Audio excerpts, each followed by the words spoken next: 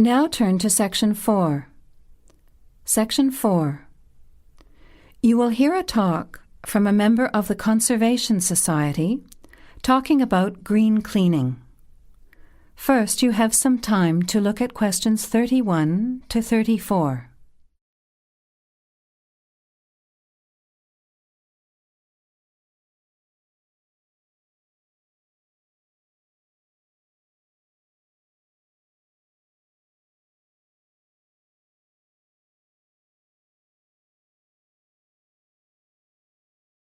Now, listen carefully to the talk and answer questions 31 to 34. Good morning, everyone. It's a pleasure to be here as a representative of the Conservation Society to talk to you about green cleaning. In other words, about ways you can help to save the environment at the same time as saving money. I'll start with saving money, as we're all interested in that, especially students who are living on a tight budget. Probably none of you has sat down and calculated how much you spend on cleaning products each year, everything from dishwashing detergent, window cleaners and so on, through to shampoos and conditioners for your hair, and then those disasters, products to get stains out of carpets or to rescue burnt saucepans. I can see some nods of agreement. Even if you don't spend a lot of time on housework, you'd end up spending quite a lot of money over a period of time, wouldn't you? We can save money on products and also use products which are cheap, biodegradable and harmless to the environment. These I will call green products. Unfortunately, most cleaning products on sale commercially are none of these, and many of our waterways and oceans are polluted with bleach, dioxins, phosphates, and artificial colourings and perfumes. Also, think how many plastic bottles each household throws away over a year. They'll still be around in landfill when you are grandparents. So we often feel there's nothing we can do to make a difference, but we can.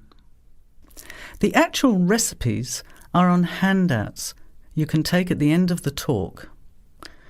The sorts of ingredients I'm referring to are things like bicarbonate of soda, eucalyptus oil, ammonia, vinegar, lemons, pure soap.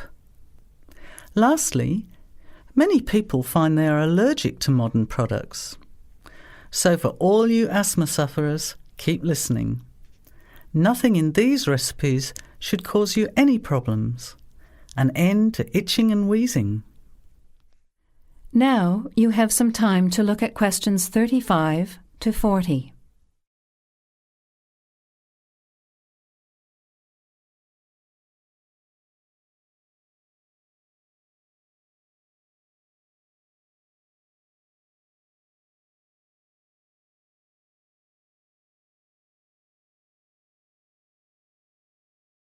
Now listen and answer questions 35 to 40. So, let's start with spills and stains. Soda water is wonderful as an immediate stain remover. Mop up the excess spill. Don't rub, but apply soda water immediately. It's great for tea, coffee, wine, beer and milk. As is salt or bicarbonate of soda, which will absorb the stain. Then vacuum when dry and shampoo if necessary. While we're talking about disasters, let's quickly look at some others that can be avoided. Bicarbonate of soda is wonderful for removing smells, especially in the fridge. An open box in the fridge will eliminate smells for up to 3 months. And those terrible burnt saucepans, either sprinkle with our good friend bicarb again and leave it to stand, or cover with vinegar and a layer of cooking salt. Bring it to the boil and simmer for 10 minutes, Then wash when cool. Much cheaper than a new saucepan. Then there are heat rings on wooden furniture. Simply rub with a mixture of salt and olive oil, or for scratched furniture, use olive oil and vinegar. Now, let's look at general cleaning. First, the floors. If your floor covering is made of slate, cork or ceramic tiles or lino, it probably only needs a mop or a scrub with vinegar in a bucket of water. Carpets can be shampooed using a combination of pure soap, washing soda, cloudy ammonia and some boiling water. You put a small amount of this mixture onto the mark on the carpet, rub with a cloth until it lathers, and then wipe off the excess. A smelly carpet can be deodorized by sprinkling bicarbonate of soda on the surface, leaving overnight, and vacuuming off the next day. Cleaning in the kitchen, bathroom and toilet is the next section. That is the end of section 4. You now have half a minute to check your answers.